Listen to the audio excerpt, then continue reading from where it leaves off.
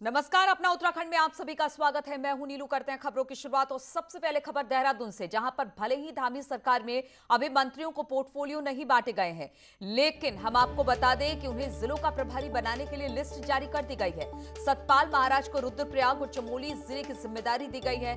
वहीं हरक सिंह रावत टिहरी, बंशीधर भगत देहरादून, यशपाल आर्य नैनीताल, बिशन सिंह चुफाल अल्मोड़ा, सुबोध उनियाल पौड़ी, अरविंद पांडे को चंपावत और पिथौरागढ़, गणेश जोशी उत्तरकाशी, धन सिंह रावत हरिद्वार, रेखा आर्या को बागेश्वर और यतीश्वरानंद को उधम सिंह नगर का प्रभारी मंत्री बना दिया गया है। तो 2022 विधानसभा का चुनाव बहुत ज्यादा दूर नहीं है, इसलिए पोर्टफोलियो बांटने से पहले अब जिले का प्रभार सौंप दिया गया है तमाम मंत्रियों को। एक जिम्मेदारी, बड़ी जिम्मेदारी, अलग अलग जगहों पर किस तरह से काम करेंगे ये मंत्री, इस वजह से भी ये जिम्मेदारी काफी अहम मानी जा रही है। तो हम आपको बता दें कि पोर्टफोलियो के बंटवारे से पहले ही जिलों का प्रभारी बनाने की लिस्ट जारी कर दी है मंत्रियों की। हम आपको बता दें कि सतपाल महाराज को रुद्रप्रयाग और चमोली जिले की जिम्मेदारी सौंपी गई है।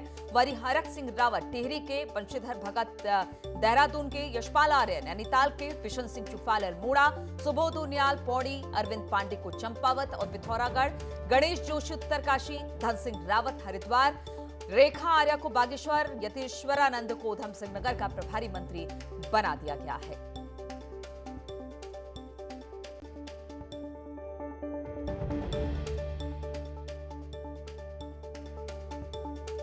तो अभी मंत्रियों ने शपथ ली, तीसरे मुख्यमंत्री ने भी शपथ ली। पोर्टफोलियो के बंटवारे से पहले तमाम जिलों के लिए प्रभारी मंत्रियों की लिस्ट जारी कर दी गई है कि किसको कौन से जिले की जिम्मेदारी है, क्योंकि 2022 का चुनाव नजदीक है। ऐसे में एक एक दिन काफी ज्यादा अहम हो जाते हैं, इसलिए बिना देरी किए हुए अब प्रभारी मंत्री घोषित कर दिया गया है अलग अलग जिलों को लेकर। बातचीत करने के लिए सुनील नवप्रभात इस वक्त हमारे साथ जुड़ गए। सुनील, इसको हम इस तरह से देखें, पोर्टफोलियो बढ़ता रहेगा, लेकिन चूंकि 2022 का चुनाव बहुत नजदीक है, इसलिए एक दिन भी गंवाना नहीं चाहती उत्तराखंड सरकार। बिल्कुल नीलू, पोर्टफोलियो भी आज शाम तक बन जाएंगे। इस बीच आपने देखा कि नौकरशाही में भी बड़े पैमाने पर फेरबदल की तैयारी है। जो मंत्रियों को जिलों का प्रभार सौंपा गया है, पिछली सरकार में भी सौंपे गए थे, लेकिन इस बार पूरे सिरे से चेंज किया गया है। सिर्फ दो मंत्री, बंशीधर भगत और गणेश जोशी। बंशीधर भगत के पास पिछली सरकार में देहरादून जिले के प्रभार था, तो गणेश जोशी के पास उत्तरकाशी जिले का प्रभार था। ये दो मंत्रियों का जो जिलों का प्रभार है वो एज इट इज रखा गया है। इसके अलावा जो शेष 8 मिनिस्टर हैं, 9 मिनिस्टर हैं, उनके सबके जो जिले हैं वो चेंज कर दिए गए हैं, जिनमें सतपाल महाराज को रुद्रप्रयाग और चमोली जिले का प्रभारी बनाया गया है। इससे पहले पिछली सरकार में उधम सिंह नगर जिले के प्रभारी थे, हरक सिंह अल्मोड़ा जिले के प्रभारी थे। इस बार उनको टिहरी जिले का प्रभारी बनाया गया है। यशपाल आर्य को नैनीताल जिले का प्रभारी बनाया गया है। इससे पहले वो हरिद्वार जिले के प्रभारी थे। बिशन सिंह चुफाल को अल्मोड़ा जिले का प्रभारी बनाया गया है और पिछली सरकार में वो पौड़ी जिले के प्रभारी थे। तो कुल मिला के ये भी देखा गया है कि किस मंत्री के होम डिस्ट्रिक्ट या उसकी कॉन्स्टिट्यूंसी के नजदीक कौन सा जिला है, ताकि उसको जाने में सहूलियत रहे। जब वो अपने होम डिस्ट्रिक्ट में जाए तो अपने प्रभारी जिले को भी टच करते हुए जाए। इस लिहाज से भी ये आवंटन जिलों का किया गया है। ठीक है सुनील, बहुत बहुत शुक्रिया आपका जानकारी देने के लिए। और चीफ सेक्रेटरी सुखबीर सिंह संधू ने आज सचिवालय में चार्ज ले लिया और इसके बाद उन्होंने सभी सचिव और अपर सचिवों की मीटिंग लेकर उनसे फीडबैक लिया। संधू ने कहा कि सरकार की जो भी स्कीम है उसको धरातल पर उतारने का लक्ष्य रहेगा। उन्होंने कहा कि कई बार देखने में आता है कि अच्छी खासी योजनाएं बनती हैं, लेकिन धरातल पर नहीं उतर पाता। उन्होंने कहा कि कोविड के चलते विकास की जो गति प्रभावित हुई है उसे पटरी पर लाने का प्रयास किया जाएगा। की और अपर सचिवों की बैठक ली है और क्या क्या ज्वलंत मुद्दे हैं उनके ऊपर भी चर्चा की। और मेरा और मेरी टीम का यही प्रयास रहेगा कि जो भी प्रशासन और शासन ने स्कीम्स बनाई हैं, योजनाएं बनाई हैं जनहित के लिए, उनको धरातल पे उतारें। और उत्तराखंड सरकार ने कांवड़ यात्रा को लेकर सॉफ्ट कॉर्नर अपनाने के संकेत दिए हैं। तीरथ रावत ने कांवड़ यात्रा को स्थगित करने के संकेत दिए थे, लेकिन इस बीच नेतृत्व परिवर्तन के बाद नए सीएम पुष्कर धामी का कहना है कि सरकार इस पर विचार कर रही है। धामी ने कहा कि सोमवार को उन्होंने उत्तर प्रदेश सीएम से संबंध में बातचीत की। आज वो हरियाणा के सीएम से भी बातचीत करेंगे। उन्होंने कहा कि बातचीत के बाद जो भी निष्कर्ष निकलेगा उसके अनुसार फैसला लिया जाएगा। वहीं चारधाम यात्रा पर सीएम ने कहा कि इस पर विचार चल रहा है। कांवड़ यात्रा पर मैंने आदरणीय योगी आदित्यनाथ जी से भी, कल मुख्यमंत्री जी से भी मैंने बात की थी, हरियाणा के मुख्यमंत्री जी से भी मैं बात करूंगा और जैसा सभी का मत बनेगा उसके हिसाब से ही जो है उस यात्रा पर। और चारधाम यात्रा को लेकर एक बार फिर से सरकार सुप्रीम कोर्ट जाने की तैयारी में है। कैबिनेट मंत्री सुबोध उनियाल का कहना है कि सरकार चारधाम यात्रा पर सुप्रीम कोर्ट जाने को लेकर पुनर्विचार कर रही है। उन्होंने कहा कि चारधाम यात्रा पर हाईकोर्ट की रोक के बाद पिछली सरकार ने सुप्रीम कोर्ट जाने का फैसला किया था। सरकार ने वकील भी कर लिया है, लेकिन इस बीच नेतृत्व परिवर्तन हो गया, इसलिए इस पर पुनर्विचार किया जा रहा है कि सुप्रीम कोर्ट जाया जाए या फिर हाई कोर्ट में ही रिव्यू पिटीशन डाल दिया जाए। यात्रा के बाद सरकार ने निर्णय लिया था सुप्रीम कोर्ट जाने का, वहाँ के अधिवक्ता को सरकार ने एंगेज कर लिया है और एंगेज करने के बाद क्योंकि आपने देखा नेतृत्व परिवर्तन हुआ है, इस पर चर्चा करने के बाद, क्योंकि कल दो तरह की बातें आई थी कि क्या रिव्यू एप्लीकेशन हाई कोर्ट में पहले डाल दी जाए या सुप्रीम कोर्ट पे ही आगे जाया जाए, तो इस बारे में संभवतः एक आध दिन में चर्चा होने के बाद निर्णय लिया जाएगा। और चारधाम यात्रा को लेकर अभी असमंजस बरकरार है। कोर्ट ने इस पर रोक लगाई है, ऐसे में परिवहन व्यवसायी भी इंतजार में है। हालांकि चारधाम से जुड़े व्यवसायियों का कहना है कि पर्यटन को प्रदेश में खोला गया है, ऐसे में चारधाम यात्रा को लेकर भी सरकार को स्थिति स्पष्ट करनी होगी, जिससे यात्रा से पहले तैयारी हो सके। नहीं है इस समय पे यात्रा चलना। हमारी कोई भी वाहन जो यात्रा में संचालित होती थी वो वाहन नहीं निकली, वो चला पाएंगे इन वाहनों को। और अब हम अगले साल पर निर्भर हैं कि अगले साल यात्रा यह जो है रात्रि विश्राम की क्या व्यवस्था रहेगी श्रद्धालुओं की, और मंदिरों में जो श्रद्धालुओं के दर्शन है वो किस प्रकार से हो पाएंगे। तो सरकार को चाहिए कि जो है जल्द से जल्द जो है ये असमंजस की स्थिति खत्म करे और एक गाइडलाइन जारी करे कि कब और किस तरह से यात्रा का संचालन हो पाएगा। और दिल्ली से खबर लेते हैं, यहां पर कई दिनों बाद भी उत्तराखंड कांग्रेस में नेता विपक्ष को लेकर फैसला अब तक नहीं हो सका है। वहीं न्यूज 18 से बातचीत में कांग्रेस के प्रदेश अध्यक्ष प्रीतम सिंह ने कहा कि नेता विपक्ष का फैसला आलाकमान पर छोड़ा है। वहीं हरीश रावत से विवाद पर बताया कि कांग्रेस में लोकतंत्र है। बता दें कि कांग्रेस ने 7 जुलाई से सरकार के खिलाफ प्रदर्शन करने का फैसला किया है। वहीं 10 तारीख को सीएम आवास कूच करने का फैसला किया है। उत्तराखंड राज्य के अंदर नेता प्रतिपक्ष के परिप्रेक्ष्य में निर्णय ले और जो निर्णय राष्ट्रीय नेतृत्व लेगा वो सबको स्वीकार्य होगा। और मैं समझता हूँ कि शीघ्र जो है राष्ट्रीय नेतृत्व इस पर निर्णय ले लेगा। देवेंद्र यादव जी ने भी स्पष्ट किया है कि राष्ट्रीय नेतृत्व ने स्पष्ट तौर पर कहा है कि उत्तराखंड राज्य के अंदर हम संयुक्त रूप से जो है चुनाव लड़ने का काम करेंगे। और इससे पूर्व चाहे 2002 का जिक्र करूं, 2007 का जिक्र करूं, 2012 का जिक्र करूं, हमने संयुक्त नेतृत्व में चुनाव लड़ा और 2 बार सरकार उत्तराखंड को दी है। तो इस परिप्रेक्ष्य में तो कोई संशय नहीं है, स्थिति बड़ी स्पष्ट है। आपने कहा कि कांग्रेस में आपसी मतभेद है, कांग्रेस में आंतरिक लोकतंत्र है और जब हम अपनी बात कहते हैं तो आपको ऐसा लगता है कि यहाँ विवाद है। कोई विवाद नहीं है, निर्णय राष्ट्रीय नेतृत्व को लेना है। और उत्तराखंड में आज से 50% कैपेसिटी के साथ मॉल खुल गए हैं, जहां पहले ही दिन लोगों की अच्छी खासी आमद दिखी। सैनिटाइजेशन से लेकर थर्मल स्क्रीनिंग के बाद ही लोगों को मॉल में एंट्री दी जा रही है।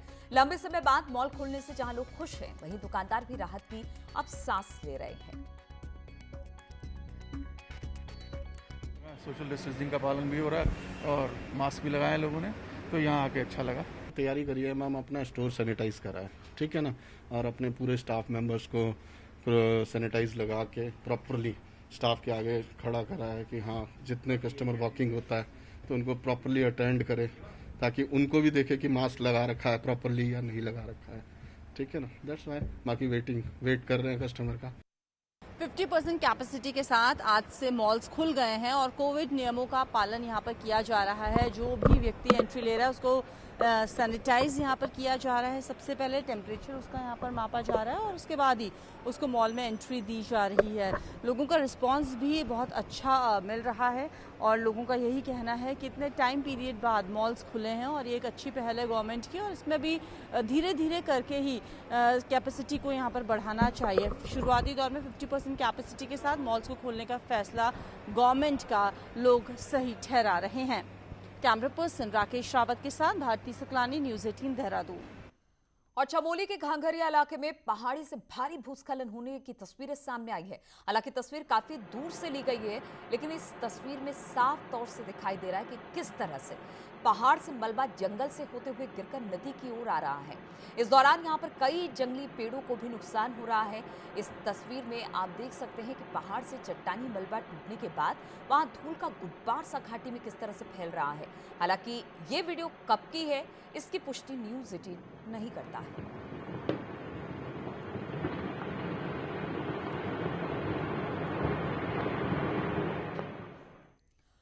और टेहरी जिले के आपदा प्रभावित बागी मैठाण गांव की सुध लेने वाला कोई नहीं है और अब फिर से बरसात में ग्रामीण डर के साए में जीने को मजबूर है।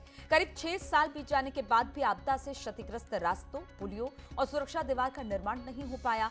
हम आपको बता दें कि चंबा ब्लॉक के बागी मैठाण गांव में 15 अगस्त 2014 में बादल फटने से भारी तबाही मची थी और गांव में काफी नुकसान भी हुआ था, लेकिन अब तक इसे लेकर कोई कार्रवाई नहीं हुई। हालांकि डीएम ने मामले में एसडीएम से जांच कराने की बात कही है।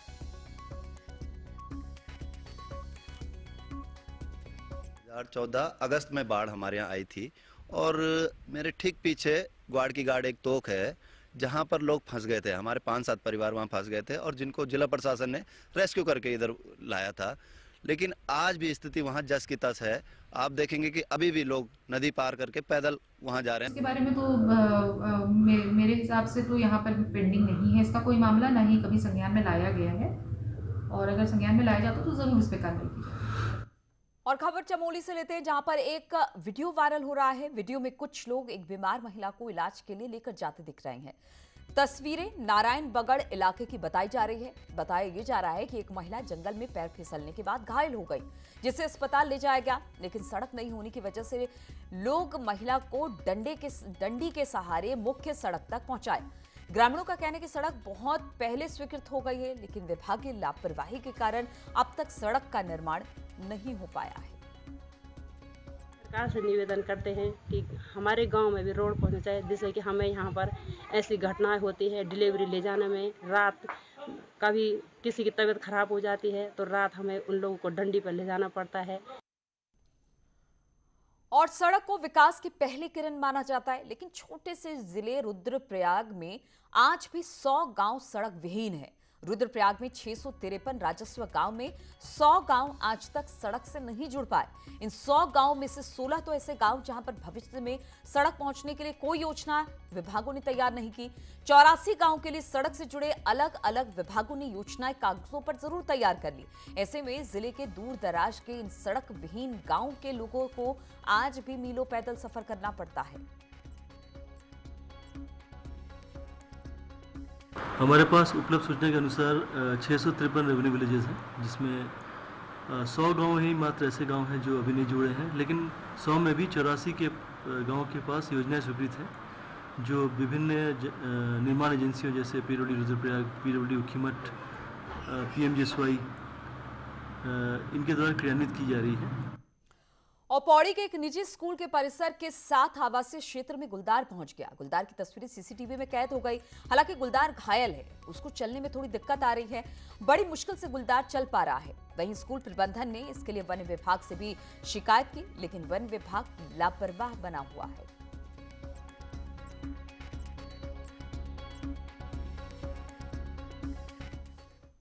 और रुकते हैं, आप सभी का स्वागत है। तो पौड़ी में महिला कांग्रेस जिला अध्यक्ष के पद पर कांग्रेस में न केवल दो फाड़ हो गया है, बल्कि बीजेपी से एकजुट होकर लड़ने के बजाय अब कांग्रेसियों के एक दूसरे के खिलाफ ही आपसी लड़ाई सड़कों पर देखने को मिल रही है।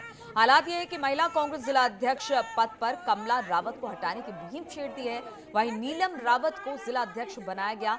बाद में शिकायत पर नीलम को निष्कासित किया गया, लेकिन एक बार फिर नीलम रावत को जिला अध्यक्ष नियुक्त कर दिया गया है।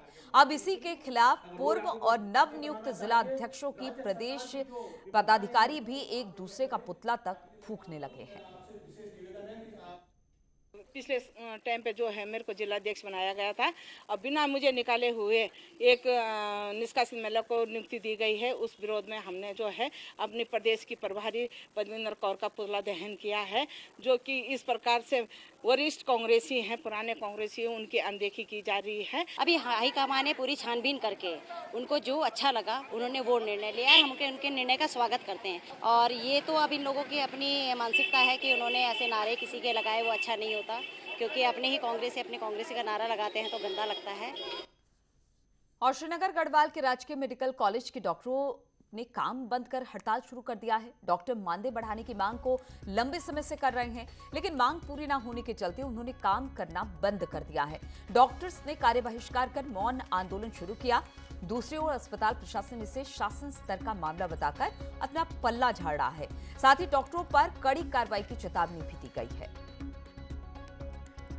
देखिए, पिछले 20-25 दिनों से हमारी जो मांग है वो बिल्कुल उस पर कोई आश्वासन या सकारात्मक कोई रिस्पांस नहीं दिया गया है, तो इसीलिए हम लोगों ने कार्य बहिष्कार कर अपनी नाराज़गी जता रहे हैं। हमने सब कुछ करके देख लिया है। पहले हमने अपनी बाजू पे काली पट्टी बांध के प्रदर्शन किया था, फिर हमने कैंडल मार्च निकालने की कोशिश करी थी। काफ़ी देर हम अपनी ऑफ ड्यूटी आवर्स में भी बैठ के प्रोटेस्ट कर रहे थे, पर हमें नेगेटिव पॉजिटिव क्या कोई रिस्पॉन्स ही नहीं मिला है गवर्नमेंट से। तो अब हमारी मजबूरी है कि हम स्ट्राइक पे उतर आए हैं। हमने उन्हें वो समझा दिया, क्योंकि ये कोविड महामारी के अंदर स्ट्राइक करने का भी उन्हें राइट नहीं है, और उनका मामला तो वो प्रिंस साहब ने वो शासन में भेज दिया है। जब भी डिसीजन होता, अगर वो फिर भी नहीं मानते तो हम उनके खिलाफ कार्रवाई करेंगे। अल्मोड़ा जिले में 45 साल से अधिक उम्र के लोगों को वैक्सीन लगाने में प्रदेश में दूसरे स्थान पर है। शासन ने तय टारगेट को स्वास्थ्य विभाग ने 100% पूरा कर लिया है। हालांकि कई दिव्यांग और बुजुर्ग लोगों को वैक्सीन नहीं लगी है, जिन्हें वैक्सीन लगाने के लिए गांव-गांव जाकर स्वास्थ्य विभाग एक सूची तैयार कर रहा है। इसके साथ ही नेपाली मजदूरों को भी वैक्सीन लगाने की तैयारी की जा रही है। 45 प्लस में हमारा जो लक्ष्य दिया गया था, हमारा 1,41,346, उसके सापेक्ष हमारा 1,42,030, लगभग 100.4% हमारा वैक्सीनेशन हो चुका है। और उसके अलावा हम लोग जो लोग डिसेबल्ड पर्सन या कोई बुजुर्ग लोग अभी भी छूटे हैं। और नैनीताल शहर के दीवारों को एक शख्स क्यों बदरंग कर रहा है और पेंटिंग्स के पीछे उसकी क्या मंशा है, देखिए जरा इस रिपोर्ट में।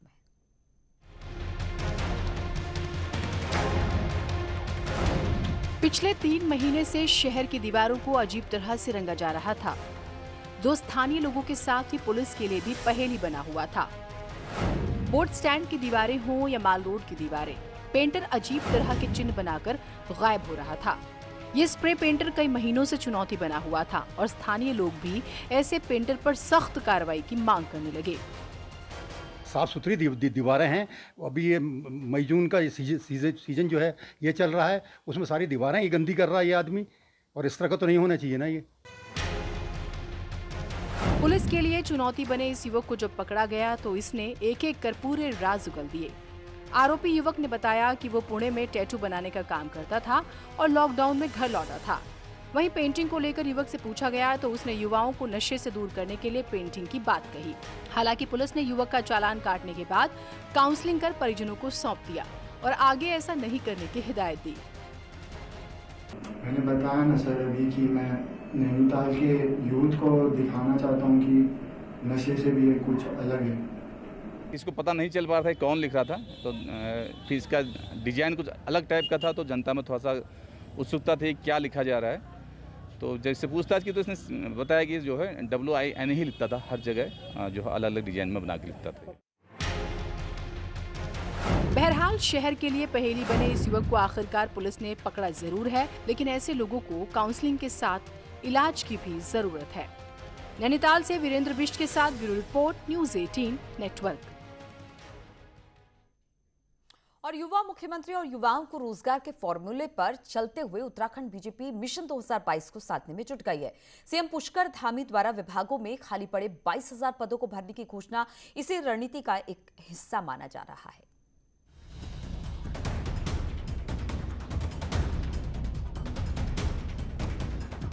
पुष्कर धामी उत्तराखंड में अब तक के सबसे युवा मुख्यमंत्री हैं। धामी बीजेपी यूथ विंग के 2 बार प्रदेश अध्यक्ष भी रह चुके हैं। युवाओं से उनका नजदीकी नाता मौजूदा परिस्थिति में संगठन और सरकार के लिए संजीवनी हो सकता है। शपथ लेने के बाद ही हुई कैबिनेट में सरकारी नौकरी के पदों को भरने के फैसले से ये तस्वीर और भी साफ हो जाती है। रूप से जब युवाओं को नेतृत्व मिल जाता है तो पूरे प्रदेश में एक अच्छा वातावरण उसका बनता है, और मैं कह सकता हूं कि युवा वर्ग इस बार भारतीय जनता पार्टी के साथ पिछले सालों की तुलना से ज़्यादा जो है काम करेगा। बीजेपी संगठन में अब युवाओं की धमक देखने को मिले तो इसमें कोई दो राय नहीं होगी। धामी के मुख्यमंत्री बनने से पार्टी यूथ विंग से लेकर बेरोजगार युवाओं में उत्साह बना हुआ है। और आप देखिए, शपथ ग्रहण के मात्र 3 घंटे के अंदर ही माननीय पुष्कर सिंह धामी जी ने बैटिंग शुरू कर दी है, एक्शन मोड पे हैं और उन्होंने कहा भी है कि युवाओं को रोजगार देना उनकी प्राथमिकता है। पूरे प्रदेश में एक जोश है, उमंग है युवाओं में और इसकी वानगी आपने कल 2-3 दिन में देखी ली। उत्तराखंड में 78 लाख से अधिक वोटर्स हैं, जिसमें से 57% के आसपास युवा वोटर्स हैं।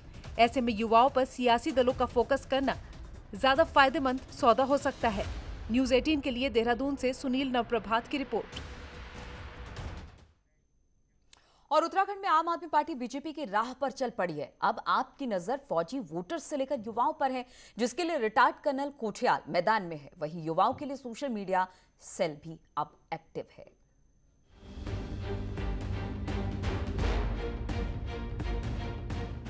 बीजेपी में चेहरा बदला तो आम आदमी पार्टी ने भी अपनी रणनीति बदल दी है।